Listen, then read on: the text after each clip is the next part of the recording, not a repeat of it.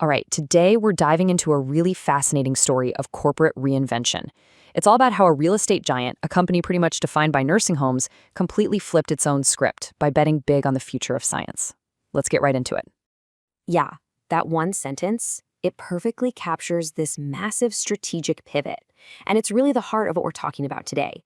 How Ventas, a huge name in healthcare real estate, shifted its focus from old school care facilities to the absolute cutting edge world of academic medicine. So the big questions are, how'd they pull it off? And more importantly, why? So here's how we're going to break it down. We'll kick things off with the problem Ventas was facing, then explore the incredible solution they found. We'll see how they actually put that plan into action, analyze how it all panned out, and then wrap up by looking at what this means for the future. To really get why they made this move, we first have to understand the pressure they were under.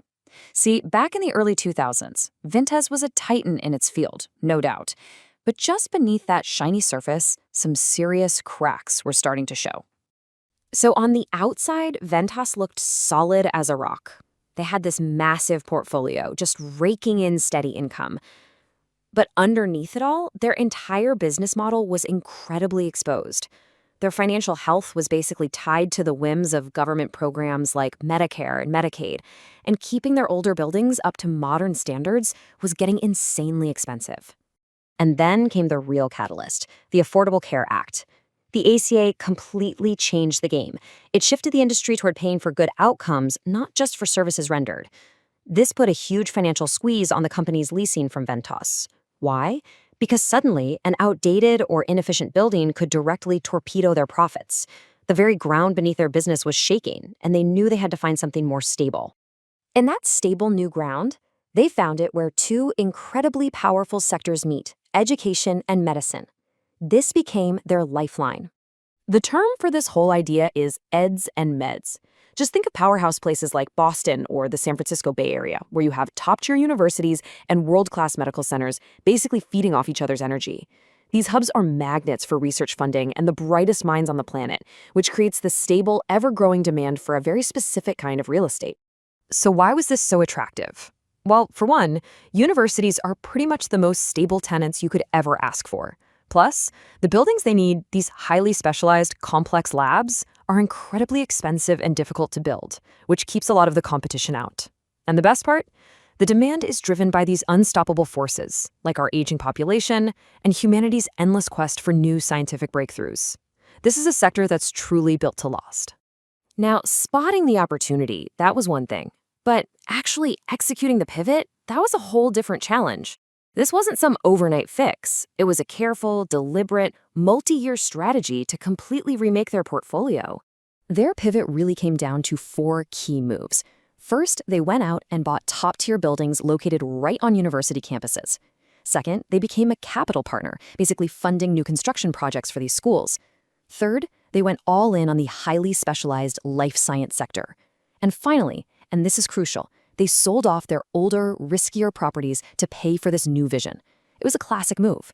Recycle your capital into something with way more growth potential. And they were smart about it. They didn't just do this anywhere.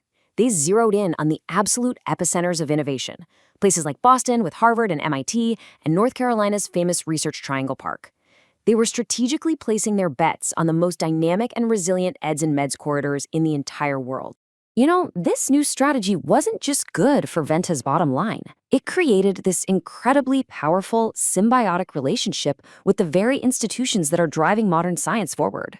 This really was a true win-win. For Ventas, it meant less risk, better tenants, and super predictable growth.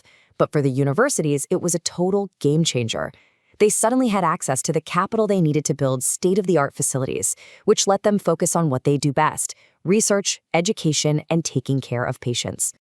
Of course, no big strategic shift like this is ever perfect. It's never without its challenges. So let's take an honest, balanced look at the pros and cons of this whole Eds and Meds pivot. The advantages are pretty clear. You get a business that's resilient, has long-term demand, and generates stable income. But the challenges, they were very real. These projects demand a ton of money upfront. Trying to negotiate with massive universities can be slow and incredibly complex. And because the sector is so hot, you've got fierce competition from other big money investors. It really took a unique mix of patience, capital, and deep expertise to succeed. So what does this all mean for the future? Well, Ventas didn't just save its business, it managed to position itself right at the center of where healthcare is going next. Just look at the trends that are shaping the future of medicine right now. AI, gene therapy, digital health, you name it. All of these breakthroughs require highly specialized physical buildings, and that is the exact kind of real estate Ventas is now focused on. They are, quite literally, building the spaces where the next generation of cures will be discovered. When you step back, the story of Ventas is this powerful reminder that the buildings that house science are just as critical as the science itself. And as innovation speeds up, that partnership between capital and research is only going to become more vital, which really leaves us with a big question to chew on. Who's going to build the labs that solve tomorrow's greatest challenges?